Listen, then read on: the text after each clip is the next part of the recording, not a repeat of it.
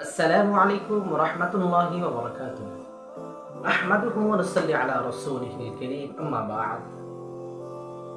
সম্মানিত হাজিরিন, দেশ ও বিদেশ থেকে ইউটিউব অথবা ফেসবুক থেকে যারা আপনারা আজকে আমাকে দেখেছেন, টিএমপি টিভি সম্প্রচারিত ইসলামিক তথ্যের চতুর্থ পর্বে আপনাদের সকলকে জানাই আন্তরিক মোবারকবাদ।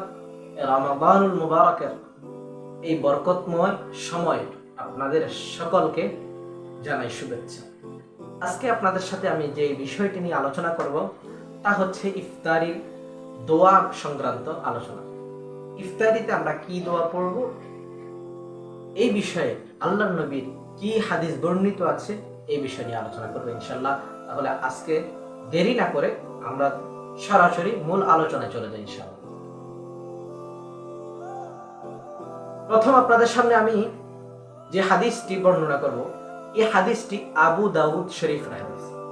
আবু দাউদ শরীফের মধ্যে আল্লাহর নবী এই হাদিসটি বর্ণনা করেন। চলুন আমরা হাদিসটি শুনে আসি।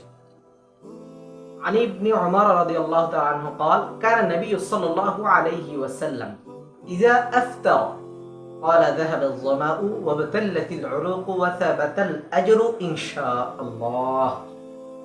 হযরত ইবনে ওমর রাদিয়াল্লাহু তাআলা আনহু বলেন, যখন আল্লাহর নবী ইফতার করতেন তখন এই দোয়াটি পাঠ করতেন। দোয়াটি কি? যাহাবা আয-যামাউ ওয়া বাতাল্লাতিল উরুকু ওয়া সাবাতাল আজরু ইনশাআল্লাহ। সুবহানাল্লাহ। আল্লাহর নবী কত বরকতপূর্ণ দোয়াটি আমাদেরকে শিখিয়ে দিয়ে গেছেন। আমরা উম্মতেরা কত ভাগ্যবান।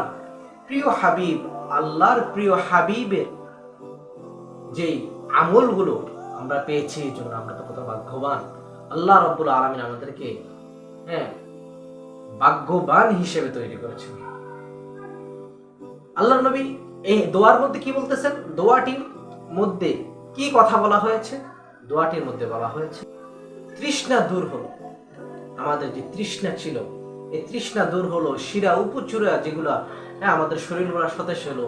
আল্লাহ চাহে তো সওয়াব নির্ধারিত হয়ে গেল। সুবহানাল্লাহ। ذهب الظمأ وابتلت العروق وثبت الأجر إن شاء الله। আল্লাহ নবী বলেন, আমাদের যে শিরা উপশিরা যেগুলো, এগুলো সতেজ হয়ে গেল। আমাদের যে তৃষ্ণা ছিল, তৃষ্ণাটাও মিটে গেল। আশা করা যায় আল্লাহ পাক আমাদেরকে সওয়াব দ্বারা পরিপূর্ণ করে দিবেন। এটা হচ্ছে আবু দাউদ শরীফের হাদিস। আরেকটি হাদিস আপনাদের সামনে বর্ণনা করি ইনশাআল্লাহ। আরেকটি হাদিসের মধ্যে আল্লাহ নবী বলেন, وعن معاذ بن حزرة رضي الله تعالى عنه قال قال رسول الله صلى الله عليه وسلم كان إذا أفطر قال اللهم لك صمت وعلى رزقك أفطرتك। মুআজ বিন যুহরা রাদিয়াল্লাহু তাআলা আনহু বলেন, আল্লাহর নবী যখন ইফতার করতেন তখন এই দোয়াটি পড়তেন, আল্লাহুম্মা লাকা সুমতু ওয়া আলা রিজকিকা আফতারতুক। সুবহানাল্লাহ। আল্লাহর নবী কি সুন্দর দোয়া আমাদেরকে শিখিয়ে দিয়ে গেছেন, কি সুন্দর দোয়া। এই দোয়ার মধ্যে আল্লাহ নবী বলতেন, আল্লাহুম্মা লাকা সুমতু ওয়া আলা রিজকিকা আফতারতুক। হে আল্লাহ, তোমার জন্যই আমি রোজা রেখেছি এবং তোমার দেওয়াই রিজিক দ্বারা, তোমার দেওয়া, তুমি যে রিজিকগুলো আমাদের জন্য দিয়েছো, এই রিজিক দ্বারা আমি ইফতার করেছি। সুবহানাল্লাহ। আল্লাহর নবী কি সুন্দর আমাদেরকে দোয়া শিখিয়ে দিয়ে গেছে। এখানে আল্লাহর নবী কেন এই দোয়াটি করলেন, এখানে হাদিস বিশারদ তার ব্যাখ্যায় লিখে দেন। আল্লাহর নবী বলেন যে তিন জায়গায় আল্লাহ রাব্বুল আলামিন তিন জায়গায় দোয়া ফিরত দেন, অর্থাৎ তিন জায়গার দোয়া আল্লাহ পাক সাথে সাথে কবুল করেন। এর ভিতরে একটি হচ্ছে রমজান মুবারকে রোজাদারের ইফতারের সময় যে দোয়াটি করা হয়, তখন আল্লাহ রাব্বুল আলামিন সাথে সাথে এই দোয়াটি কবুল করে। সুবহানাল্লাহ। দ্বিতীয়ত হচ্ছে ন্যায়পরায়ণ বাদশাহের দোয়া। তৃতীয়টি হচ্ছে মাজলুমের। কিন্তু সাবধান মুআজ্জাজ হাজরিন, এটাও খেয়াল রাখতে হবে, এই ইফতারের সময় সম্মিলিত দোয়া কোনো দলিলি প্রমাণ কোরআন এবং হাদিসে পাওয়া যায় না, যেটা এখন বর্তমান আমাদের সমাজে প্রচলিত হয়ে আসতেছে। এইটা এরকম কোন দোয়া বা এভাবে সম্মিলিত মুনাজাত ইফতারের সময় এটা কোনো দলিলভাবে প্রমাণ পাওয়া যায় না। আল্লাহর নবী ইফতারের সময় বেশি বেশি আল্লাহ রাব্বুল আলামিনের কাছে দোয়া করেছেন এবং আল্লাহর কাছে মাপ চেয়েছেন এবং আল্লাহ পাকের কাছে বেশি বেশি আল্লাহ পাকের প্রশংসা করেছেন। অর্থাৎ বোঝা যায় ইফতারের সময় আমরা বেশি বেশি দোয়া করব এবং ইফতার করার সময় আল্লাহ রাব্বুল আলামিনের প্রশংসা বেশি বেশি করব। তো মুআজ্জাজ হাজরিন, আজকের এই অল্প সময়ের মধ্যে আমি আপনাদের সাথে ইফতারের যে দোয়া, দুইটি দোয়া আপনাদেরকে শিখাইলাম, আপনাদের সাথে আলোচনা করলাম দুইটি দোয়া। একটি হচ্ছে যাহাবাল যামা ওয়া বাতালাতিল উরুক ওয়া তাবাতাল আজরু ইনশাআল্লাহ, আরেকটি হচ্ছে আল্লাহুম্মা লাকা সুমতু ওয়া আলা রিজকিকা আফতারতুক।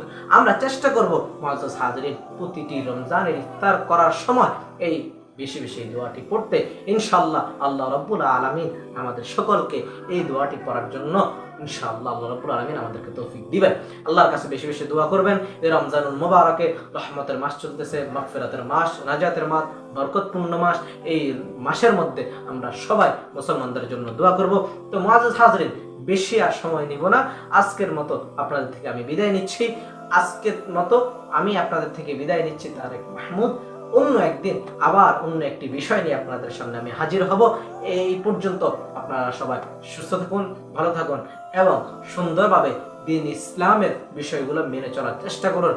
তাহলে আজকের মতো আমি বিদায় নিচ্ছি টিএমটি টিভি সম্প্রচারিত ইসলামিক তথ্যের এই চতুর্থ পর্ব থেকে। সবাই দোয়া করবেন আমার জন্য, আপনাদের জন্য দোয়া রইল। আসসালামু আলাইকুম ওয়া রাহমাতুল্লাহ।